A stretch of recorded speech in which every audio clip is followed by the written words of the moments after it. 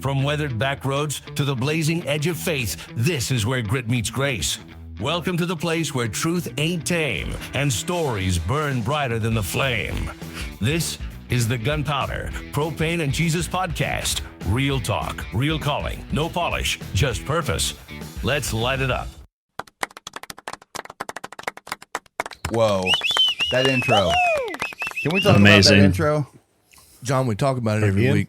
I think it's part of the format now, so we won't talk about it. Never mind. That was a terrible intro. I will say that's a blockbuster action movie intro, if I've ever heard one. We're not talking about it now, Gus. I'm sorry. Hey, rude to the Gus when we first start out the gate. Did you say don't be rude to the Gus? You meant to say guest. The Gus. Oh, Bruce's dementia showing. He's recovering from getting ran over. You got ran over? Yeah, about 45 times. when you were driving. Oh, yeah. I'm sorry. Yeah. I don't remember. I got dementia too, like you, Gus. I mean, Bruce. We're off to a good start. Confused. We got a special guest. It's David Gus Rivers. He's our special guest. What do you do out at Game Changers? So I get the title is program manager. Nice. But basically I just do life with the guys and try to take care of the things they can't take care of that's needed. I teach and counsel them and, just try to show them how to live a different life. Amen. That's awesome. But we are back. Bruce, you got any praise reports? Anything go on? Anything happen to you this week? Absolutely. We had It's going to be young adult stuff. Hey, man, that's where it's at, right? You got to hit that generation. I know, I'm messing. Well, and the reason it's so big to me, everybody's got teens in church and everybody has a children's ministry, but after the teens, we expect them to go be an adult. Yeah. Without any supervision into the adult world. Kind of like, life after recovery or going through recovery. Hey, you've been through recovery, go make it. Right. So you need somebody there. So I'm thankful to be a part of that. We had over 130 up there. Daggum. I think when I started with them with Seth a few years ago, it was like 18 or 20. So, I mean, it's nothing that we're doing. It's the kids that are getting involved in doing the Lord's work and the Lord blessing it. And it's just been amazing. You feel a little attachment to Seth since he found you in that freezer and thawed you out?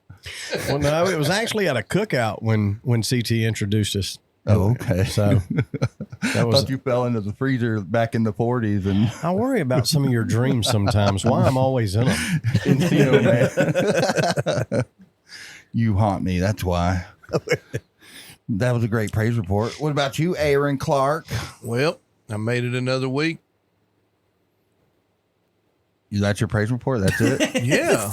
I made it another week. That's a big deal. Why wouldn't you have made it another week, man? Do you have a disease we don't know about? No, I'm just saying, like, the Lord could have took me home, but he let me stay another week.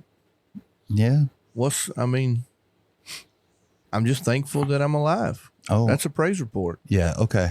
I never expected to live past probably 21 or 22, man. Oh, yeah, that is true. I mean, I'm not retarded or anything, but you might not have made it past 14. I did save your life at Camp of the Gadarene. So you did. Amen, brother. Me and old Jordan getting to go do a guided shoot tomorrow for kids with cancer. It's pretty cool. I'm happy about that. Yeah. Thankful the Lord gave us that opportunity. What are you thankful for, John? No, man, come on. Don't stall now. Let's go. I want to hear it. Well, Joshua, shout out Joshua Johnson, Johnson Tree Service. Their jingle now is, if you need a big tree taken down for yourself, call Joshua Johnson Tree Service. I made that for you. You got to pay me for that, Joshua. Did you make that?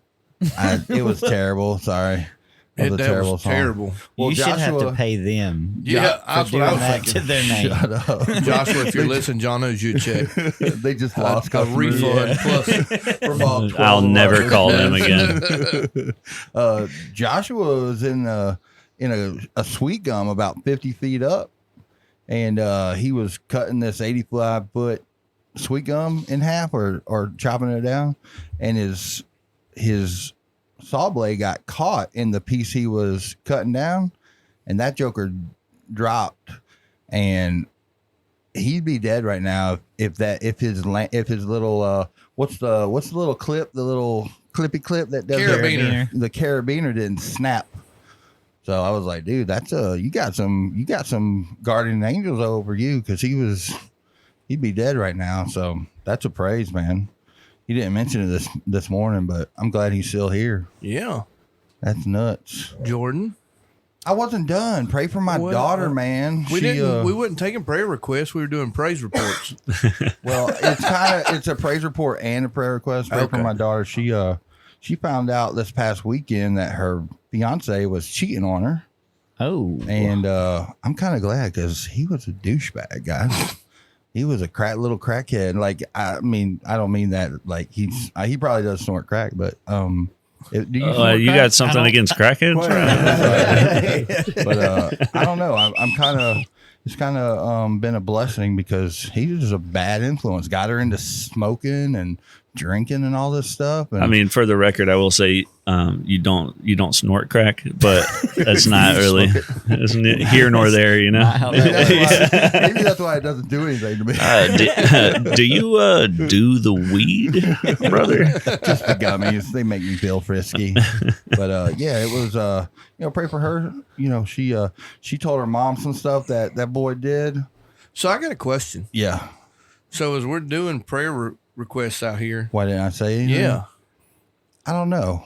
Why am I saying it now? 50 men out I'm probably here. going to edit this out now that I think about it. I probably shouldn't. That won't happen. That won't happen. Shut up. No better There's than only that. been one thing two things ever edited. Yeah. Y'all want to hear that clip we did? No. And that's because he got phone calls about it. Oh my Lord. But yeah, she told my Puerto Rican wife last night that boy, when he got drunk, he would get physical. And Vanessa came out there with the gun in her hand, and she's like, I might drive out to Appling. Like, you need to help chill me out. So yeah, she was pretty upset. I was upset too, but I'd have been driving her there. Yeah. So, well, Vanessa makes all the money right now, so I can't have her in prison. When you just say, honey, give me the gun, I'll go take care of it. You just come Take one for the team, you know. I don't want to take one for the team. They like big guys in jail, so Do they? no, I'm, can't move I'm quick. good. Yeah, I can't run very fast. I got bad knees. Oh man. Okay, well that was my prayer request and prayer report. Off the rails. Jordan, go for it. yeah, I'm going to say that, at first I was struggling trying to find the courage, to pray with the kids, and, didn't know how to do it. And now after, weeks of doing it, now they're coming to me. And even if I'm not in the room, like, they're praying on their own, and they're blessing the food on their own. good. So That's sick. awesome. good. That is awesome. That man. is so cool. Kids will watch and learn more stuff than you'll ever realize. I know that's Looks real. like you said this morning, somebody is always watching. Yep. And Amen. the first couple weeks of it, I tried to switch it around, like who's saying prayer at night, who's blessing the food, and everybody was kind of shy and didn't know how to do it, man. And now they're all like, they're jumping to be the one to do it. So That's awesome. No, you did it last night. I want to Yep, do it tonight. exactly. Gus, There's our guest something. of honor. Gus Do you have a Rivers. praise report for this week? A praise report. Yeah, man. Just if I'm being honest, today is a pretty wild day for me. Yeah. And I'm sure we'll get into like where I've been at or where I come from. But Jordan reached out to me, asked me to come on here, which is an awesome opportunity. I'm really happy to be here. It's like a couple days after that, Cliff called me, asked me if I wanted to preach at the river tonight. Hey, that's awesome. That's cool. And then I called Jordan the other day and I was like, hey, if I'm doing the podcast thing, does that mean I'm also doing the word at breakfast too? And he's like, oh yeah, definitely. Okay, good to know. So it's wild for me because if you'd asked me 3 years ago, this wouldn't have been on the radar, that anyone would care to hear what I have to say or anything like that. You know what I mean? So it's exciting, man. And life is good and the kids are good and happy. And I did want to say, like, there's nothing better than, Luca's almost 3. And when we sit down to dinner, like if I forget or whatever, it's been a long day, and he'll put his hand out, like, and he'll bow his head like we're going to pray, you know? Oh, That's awesome. And it's always fun to hear what he's thankful for at 2.5 years old. And so he'll be like, thank you, Jesus, for mommy. Thank you, Jesus, for daddy. oh. Thank you, Jesus, for windows on the house. And thank you for, whatever. And it's really cool. So That's good. I'm happy for you, Jordan. That's awesome. Well, Gus, I got a little bio from you, 14 pages long that Gus did. Amazing job. So We're not going to read none of it. yeah, I'm doing it right now. He worked hard on it. So I didn't work that hard. I mean, if I'm being honest. Shut Chat up, GPT, Gus. You're man. not helping me. Yeah, dude. Yeah. So you grew up in Yeah. Fort Myers, Florida. You're an only child. You were heavy in sports, especially football. Your dream of a football career was cut short by an injury.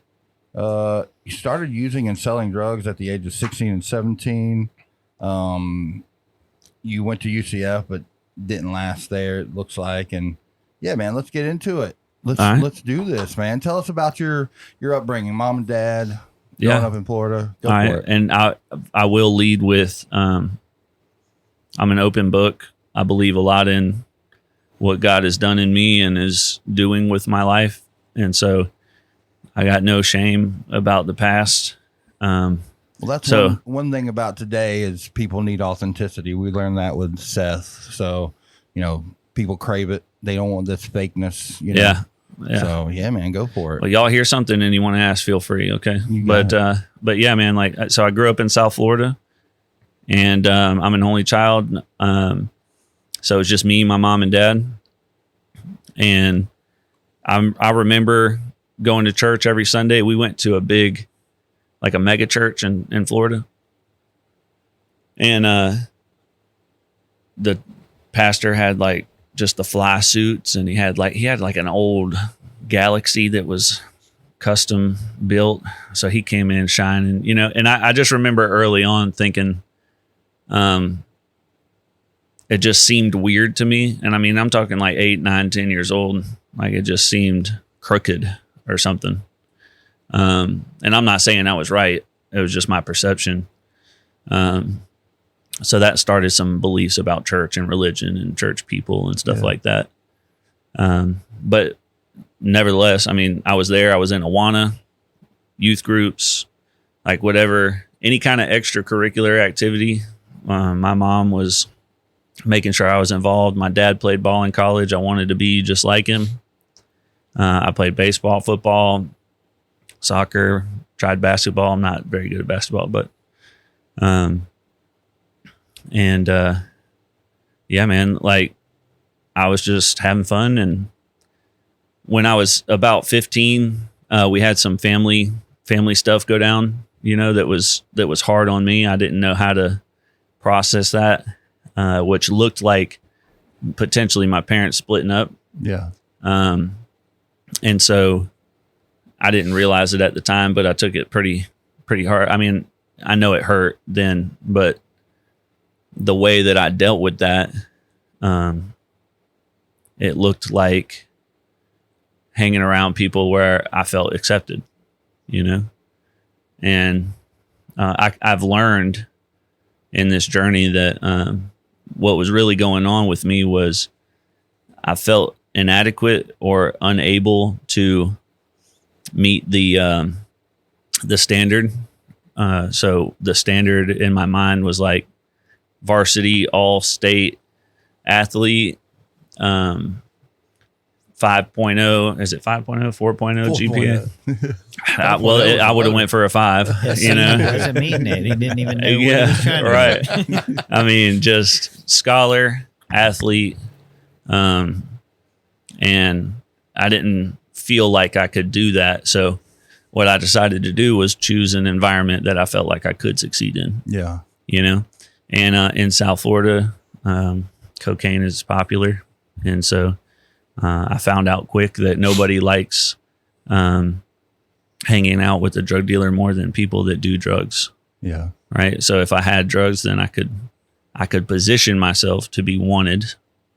and sought after. And so that's what I did.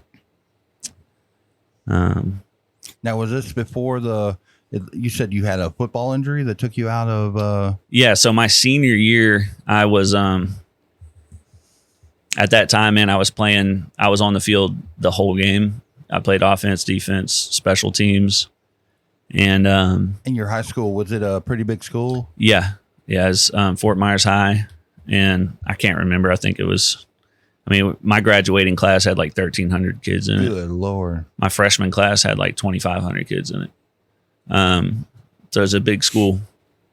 So to be on the team was something special in and of itself, I think. But yeah, I was doing some volunteer work for Young Life in high school, and I was on a yard crew. We were clearing some stuff up in Jasper, Georgia, and we were on a side by side, and the brakes went out, and so we went over the edge of this like mountain cliff, and I ended up breaking my leg for the third time, and put me in a wheelchair, and I missed the season. Oh man. And my heart was broken. You know what I mean? My dream was shattered.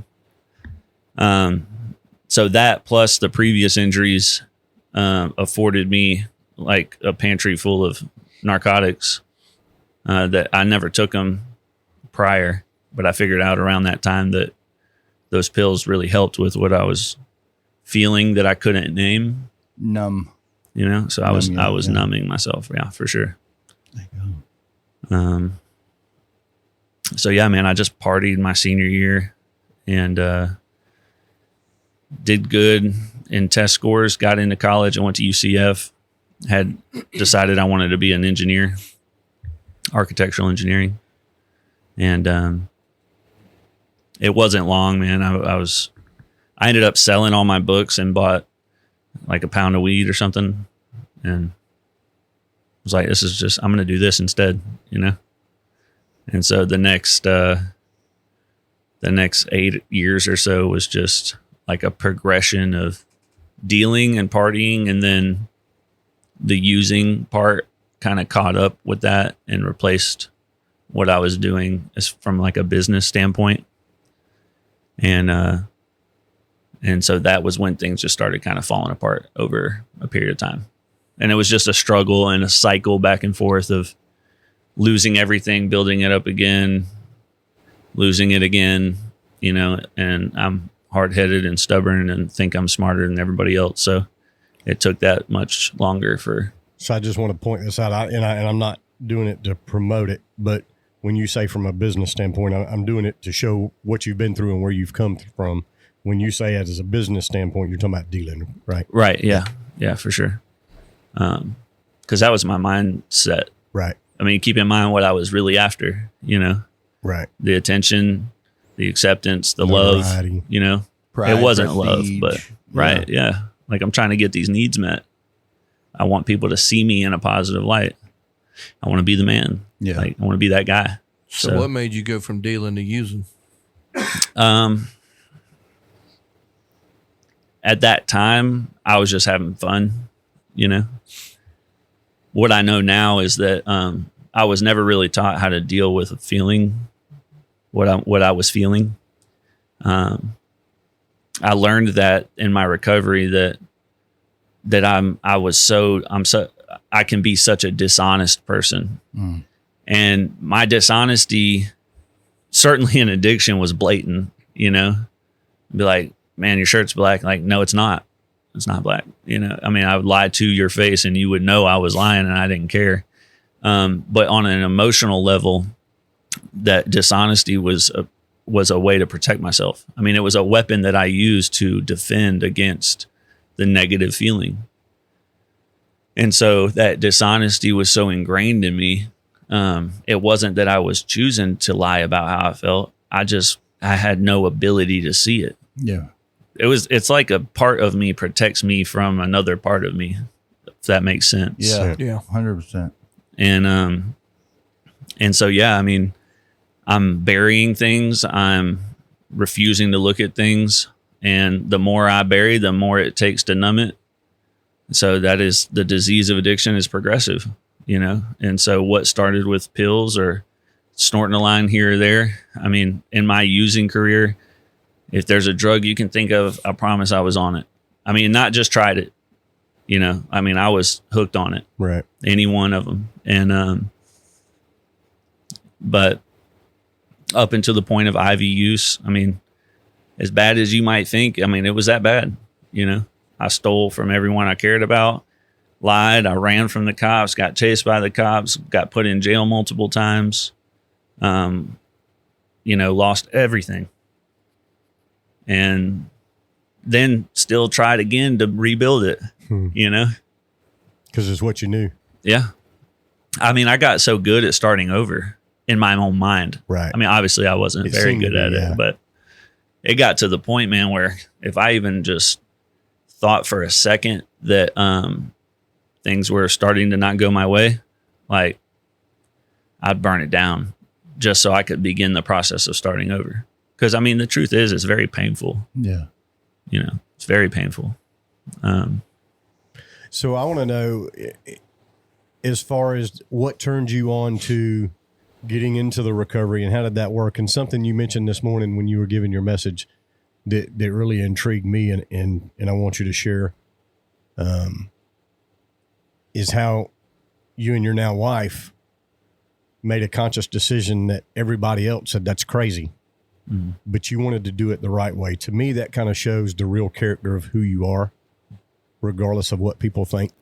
So you've truly gotten past the demons in the back of, you know, this is what I thought, this is what I pictured I wanted to be, to what you really are. And if you'll just share that as far as the decision y'all made there. Can you add like your breaking point? Like what pushed you to the recovery? Yeah, for sure. Yeah, for sure. So I'll paint a little picture for you, right? So I'm in jail in Baldwin County. This is like the end of 2021. The reason I'm in jail is I was working for a plumbing company, and these people were huge impact on my life. The man that Keith McDonald was his name. This is over in Milledgeville. Big mentor in my life. Father figure, took me under his wing, taught me a lot about what I know about plumbing. And he passed away during COVID. I took that pretty hard, not using that as an excuse. I didn't see it then, but that's what I see now. So anyway, his daughter took over, and I put her through hell, you know. I could run a truck pretty decent. I could bring in some money, but the demands that I was putting down, like when I ran out of money, I wanted more money. Like I didn't care nothing about payday, you know? And so what happened was I ended up asking her for an advance. I mean, and she knew what was going on. She's like, I can't do it. You got to wait till Thursday. I went over there, stole my check, signed her name on it, and justified it in my own mind because, like, it's my money. I work for it anyway. Right. Like, checks are payrolls backdated. It's old hours, you know. It's coming my way. I deserve it. And so I did that, and I called her and told her what I did. And they put a stop hold on the check, and so I went to jail for theft and forgery that time. And so anyway, I'm sitting in jail in Baldwin County, and I had to I begged the guy. I was in medical detox for a week, losing my mind. Like I was up the whole time, lights on. And I'm begging the lady, like, please. They tried to kick me out for medical concerns, and I begged the nurse, like, if you let me out, I'm getting high again, and I don't want to do that. Please give me 24 hours. Like, if it doesn't turn around, you got to do what you got to do. And so she let me stay, and I got those pamphlets, Daily Bread. Oh yeah. Yeah.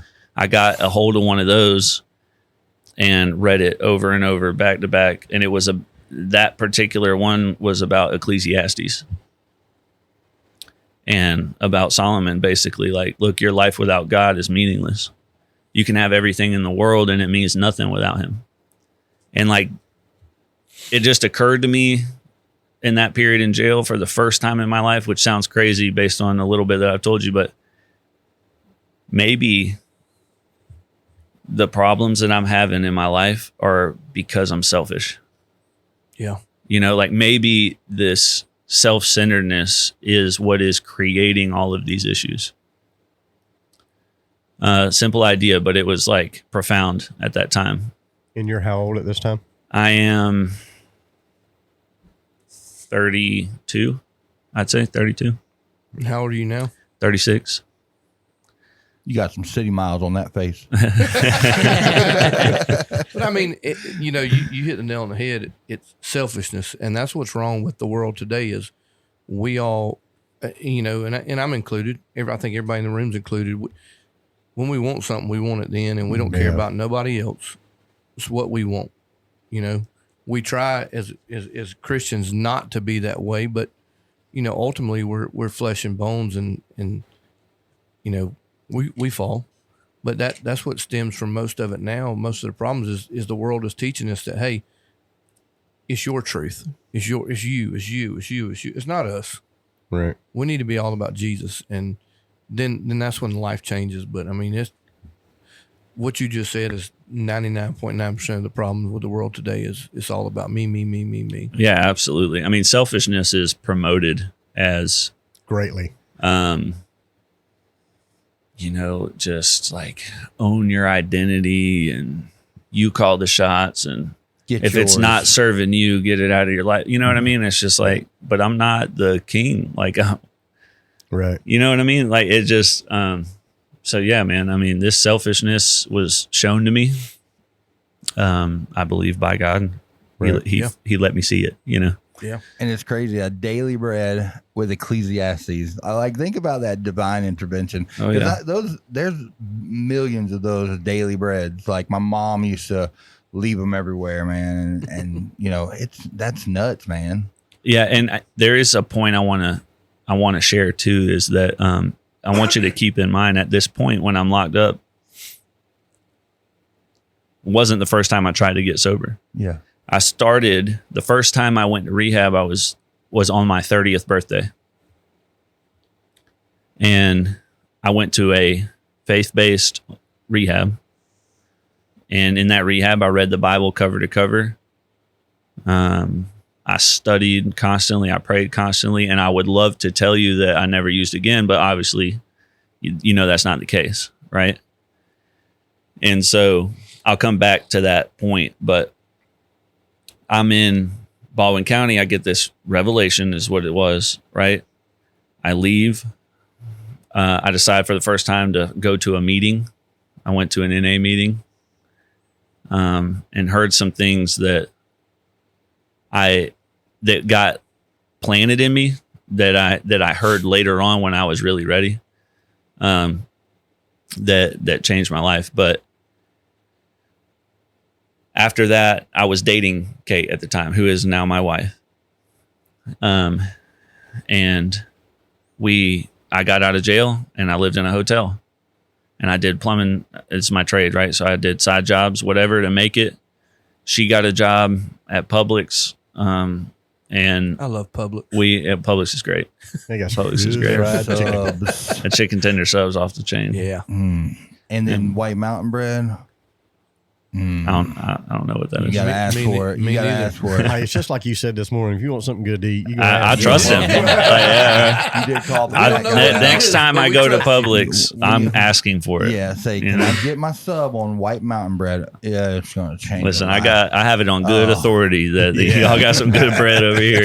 For the Big John special, they'll be like, oh, okay. But we grinded up out of there, and this is still my mentality. Like, we did that. We grinded up out of there. We stuck together. Right. And it was, in that time, probably our relationship that was God, we got a house in Greensboro. I got a good job with a new company, making a couple $1,000s a week and feeling like I've made it. We're good. And we bought some furniture. We were moving it in. I ran into a guy, had a couple Percocet. I was like, man, I've been doing good for a while. Like, I'm moving all this stuff. I'll just take a couple, ain't no problem. And with no lie, man, within a month, I was shooting heroin again. Oh, dang. Which is crazy. I had a guy call me out of the blue and was like, hey, I bought a little cocaine and my dealer left this bag over here. I don't know what it is. And I said, well, what does it look like? He says, brown. I was like, just hang on to it. I'll check it out. You know? I got you. And I go over there. I'm like, you know, what is it? Let me see it. And it's like an 8-ball of heroin. And I was like, well, what do you want for it? He said, just give me $20. I said, oh man, I can't do you like that. You're my friend, you know, like, it's worth way more. You know, I'm going to give you 40, you know? Yeah. And so and I'm justifying it in my head. Like, this isn't around here. You know, I'll never get this again. I'll just use this. And then I'll go back to being not using drugs. But it didn't work like that. And so we lost all these things that we had built up. Kate and I went through something really tough, and this is a part of our story. We went through a miscarriage. We were unmarried at this time. We were living together. And so I go to work on a Saturday. I'm doing fentanyl at this time, and I pass out in a parking lot at the hardware store in between jobs. The cops come. I get locked up for a DUI. Thanks for listening, and remember, the smoke may settle, but the embers stay lit. This was the Gunpowder, Propane, and Jesus podcast. Stay tuned for the next part of this episode.